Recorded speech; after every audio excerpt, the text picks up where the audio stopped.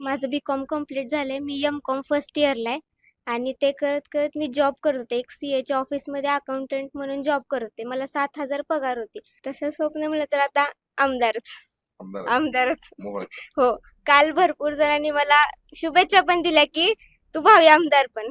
एकीकडे महिन्याला 7,000 रुपयाचा जॉब करणारी आणि दुसरीकडे लाखो करोडो रुपयाचा टॅक्स भरणारे, 3दा आमदारकीची निवडणूक लढवलेली, खासदारकीची निवडणूक लढवलेली अशा क्षीरसागर कुटुंबाबरोबर या ठिकाणी लढाई होती. सोलापूर जिल्ह्यातील मोहोळ तालुका हा आज राज्यात चर्चेला जात आहे, कारण मोहोळ तालुक्याच्या राजकीय इतिहासात एक सोनेरी अक्षरांनी नाव कोरलं गेलेलं आहे सिद्धी वस्त्रे. वयाच्या अवघ्या 22व्या वर्षी या सिद्धी वस्त्रे या तरुणीने इतिहास घडवलेला आहे. नगराध्यक्ष पदाची थेट निवडणूक लढवत जनतेतून थेट निवडून येण्याचा बहुमान मिळवलेला आहे. सिद्धी वस्त्रे आहे आपल्यासोबत. काय सांगाल मॅडम, हे सगळं यश जे मिळालंय तुम्हाला अचानक घडलंय का नियोजित होतंय? हे सगळं अचानक घडलंय. माझं शेड्यूल म्हणजे माझं कॉलेज चालू होतं आणि अचानक हे सगळं आलं. आणि जो काही मोहोळ शहरातल्या जनतेने मला सहकार्य केलंय त्यासाठी मी त्यांची आभारी आहे. खूप खूप धन्यवाद. नाही म्हणजे आता आपण ठीक आहे, आता तुम्ही जनतेतनं निवडून आला, थेट नगराध्यक्ष झालेला आहेत, परंतु जनतेला जे आहे किंवा महाराष्ट्राच्या जनतेला एक आपल्याला माहिती द्यायची की तुम्ही याच्या अगोदर काय करत होता, तुमचं शिक्षण किती आहे आणि तुमचं म्हणजे काहीतरी वेगळे स्वप्न असतील आयुष्यात आणि हे अचानकच असं घडलेलं आहे का?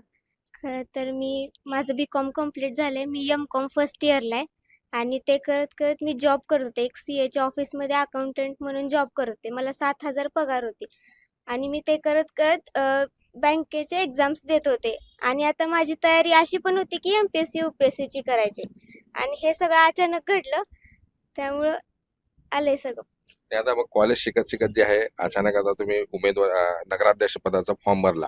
सो मोहोळ नगराध्यक्ष पद हे SC साठी राखीव झालं म्हणून तुम्ही त्याच्यामध्ये उमेदवारी अर्ज भरून ते थेट ज्यावेळेस जनतेमध्ये प्रचाराला गेला त्यावेळेस जनतेला काय आव्हान केला तुम्ही की मला वोट करा, मला मतदान करा म्हणून? त्यावेळेस जनतेला कसं आश्वासन दिलं, काय काय सांगितलं?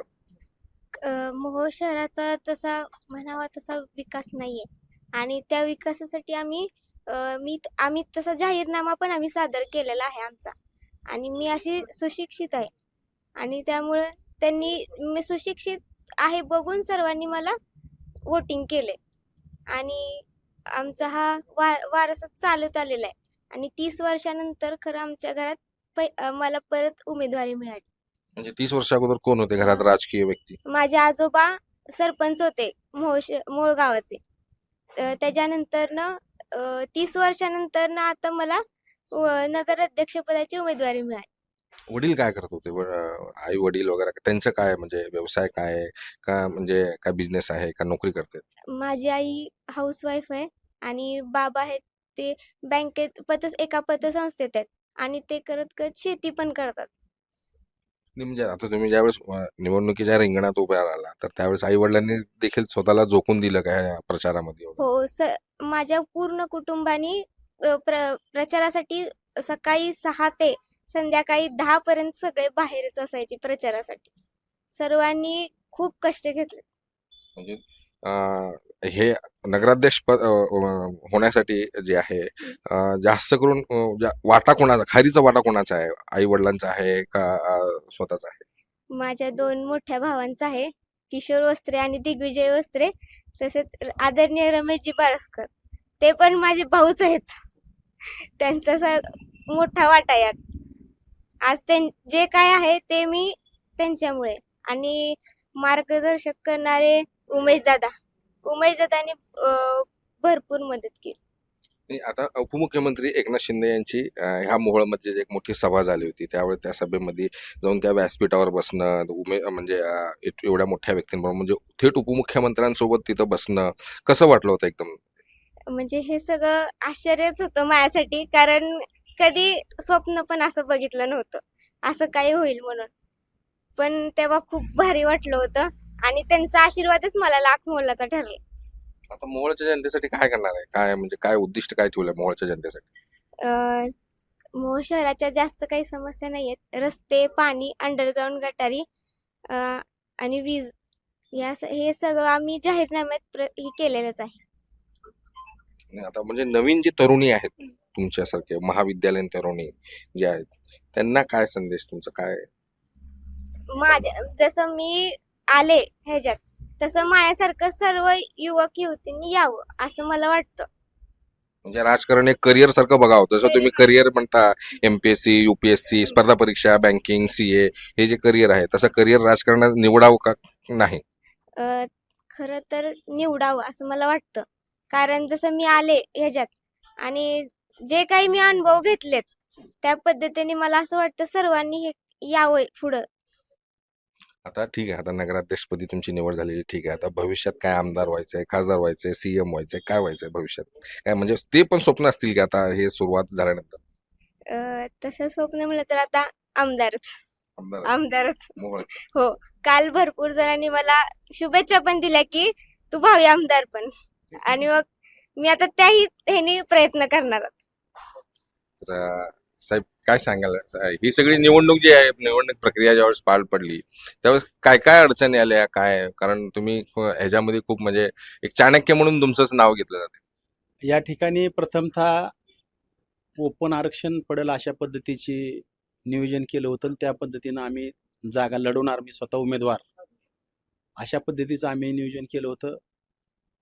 आरक्षण महिला एससी पडल्यानंतर मी पुण्यामध्ये होतो आणि तिथूनच ठरवलं की आता आपल्याला या ठिकाणी एससी उमेदवार आपण शोधला पाहिजे. आणि माझ्यासोबत असलेले त्यांचे बंधू किशोर वस्त्रे यांना मी फोन केला आणि आल्यानंतर त्यांच्या घरी मिटिंग घेतली आणि मिटिंगमध्ये मी सांगितलं होतं की बाबा किशोर तुमच्या मिसेसला उभा करू, पण त्यांनी सांगितलं आमच्या भगिनीला उभा करा.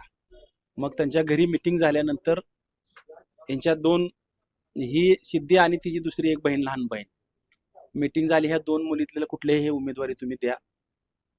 मग त्या मी ह्यांना विचारलं तुमचं वय किती आहे. मग त्याचं 21 पूर्ण नव्हतं हिच्या लहान बहिणीचं आणि हिचं 21 वय पूर्ण होतं. मग मी तिथंच निर्णय घेतला, तू आपल्या नगराध्यक्ष पदाची उमेदवार आहे. आणि त्यांच्या कुटुंबांना त्यांच्यातले काही लोकांना मी सांगितलं तुम्ही कामाला लागा, तयारीला लागा, आपल्याला निवडणूक लढवायची आहे. मग यांची आर्थिक परिस्थिती नसल्यामुळं थोडं मागं पुढं चाललं होतं. पण मी त्यांना सांगितलं तुम्ही कशाचीही काळजी करू नका, निवडणूक आपण जिंकणार आहे. त्या दृष्टिकोनातून तुम्ही फक्त प्रयत्न करा. आपण चांगल्या पद्धतीनं या मोहोळ शहरात मागील 9 वर्षामध्ये आपण काम केलेलं आहे. ती जनता सगळी आपल्याबरोबर जुडलेली आहे. त्यामुळं आपला विजय या ठिकाणी निश्चित आहे.